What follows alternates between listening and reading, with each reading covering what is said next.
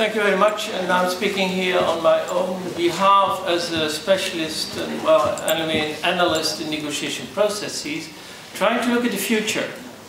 So let's look at the future. We can go on looking at the past forever, but I'm afraid it won't help us and it will create even more problems. If you don't deal with the shadow of the past, it will overshadow the present and therefore the future. Let's see if we can move forward, and let's see if we can do that through a process of negotiation. I know it's extremely difficult, but just to wait for the next war, an all-out war in South Caucasus, where both Yerevan and Baku might be destroyed, I don't think that's a very good idea. So I'm going to say a few things that my dear Armenian friends might not like too much.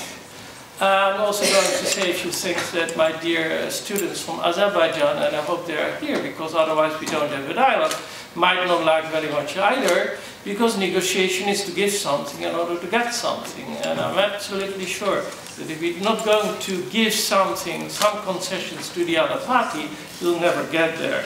So that is my, let's say, introduction. I'm very glad that these are not the 10 commandments, because otherwise I would ask myself, where is Mr. Moses? Where is the Torah? Where are the Talmud? And this would only complicate things, I'm afraid. Let me briefly go through the 10 points and then give you my position as far as I see in the end what might be a viable, well, I hope, solution. Number one, visit Nagorno-Karabakh. I don't know if we do that, if parliamentarians do that, if the EU is going to do that without consent of Azerbaijan, that this will help the EU in taking a balanced position. So I'm not so sure the first one would work. Neither the second one. You said Kosovo, Serbia, but there we have an incentive because both want to become a member of the European Union, and the EU doesn't have this incentive in this case. Actually, Mr. Putin might not be too glad if the EU starts to do too much in South Caucasus. We already have a few problems with that in Ukraine. So, you know. Number three, create a space for civil society exchanges. Yeah, if possible, absolutely. I think it's a good idea. But to go through the Council of Europe, I don't think that's a very good idea. I don't know if you saw the recent article by Gerald Knaus about the way the Council of Europe has been corrupted at the moment concerning South Caucasus.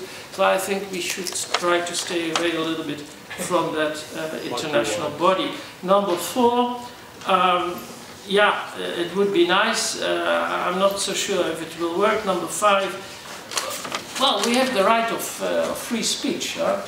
And we can, of course, go hunting for people of hate speeches, and there's demonization all over.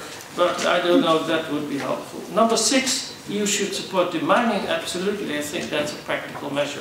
That is a good idea. Human rights monitoring, yes, if we know how, that would be a good idea again. But again, I would keep abreast of the Council of Europe here. Then number eight, as a broker, humanitarian flights, confidence-building measures, if that is possible, yes, why not? Nine, I don't know if at the moment cultural heritage is a priority, because we are more speaking about cultural heritage from one side than from the other side. I don't know how balanced that would be. And 10, the EU broker dialogue, environmental issues, absolutely. I mean, that is a very good idea for confidence-building measures. So I think half of 10, to me, would be effective. Let me now give you my position on this as an individual. And again, I hope I won't break the hearts of my dear friends from Artsakh, Armenia, and Azerbaijan. I would say, first of all, that Karabakh has to be independent. I've been in Karabakh twice. It doesn't help to have a kind of construction where it is completely autonomous, but is still under Azeri sovereignty. I don't think that will work. Also because, you know, the connotations of the past, it has to do indirectly with the emotions about the Armenian genocide in 1915, etc., etc. So I would go for complete independence, not self-determination. What is self-determination? Even Mr. Wilson, when he launched it in 1919, he didn't know what it was. On the other hand, in exchange, land for peace, I think all the occupied territories should go back to Azerbaijan.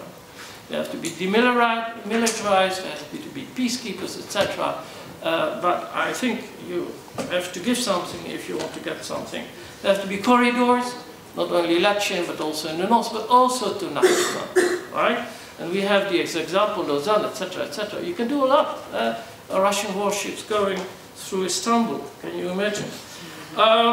Then there should be compensation for the refugees on both sides. Maybe the European Union has to pay for that. Not a bad idea. You always have to pay for that. Well, in the end, the Germans are paying for it, of course.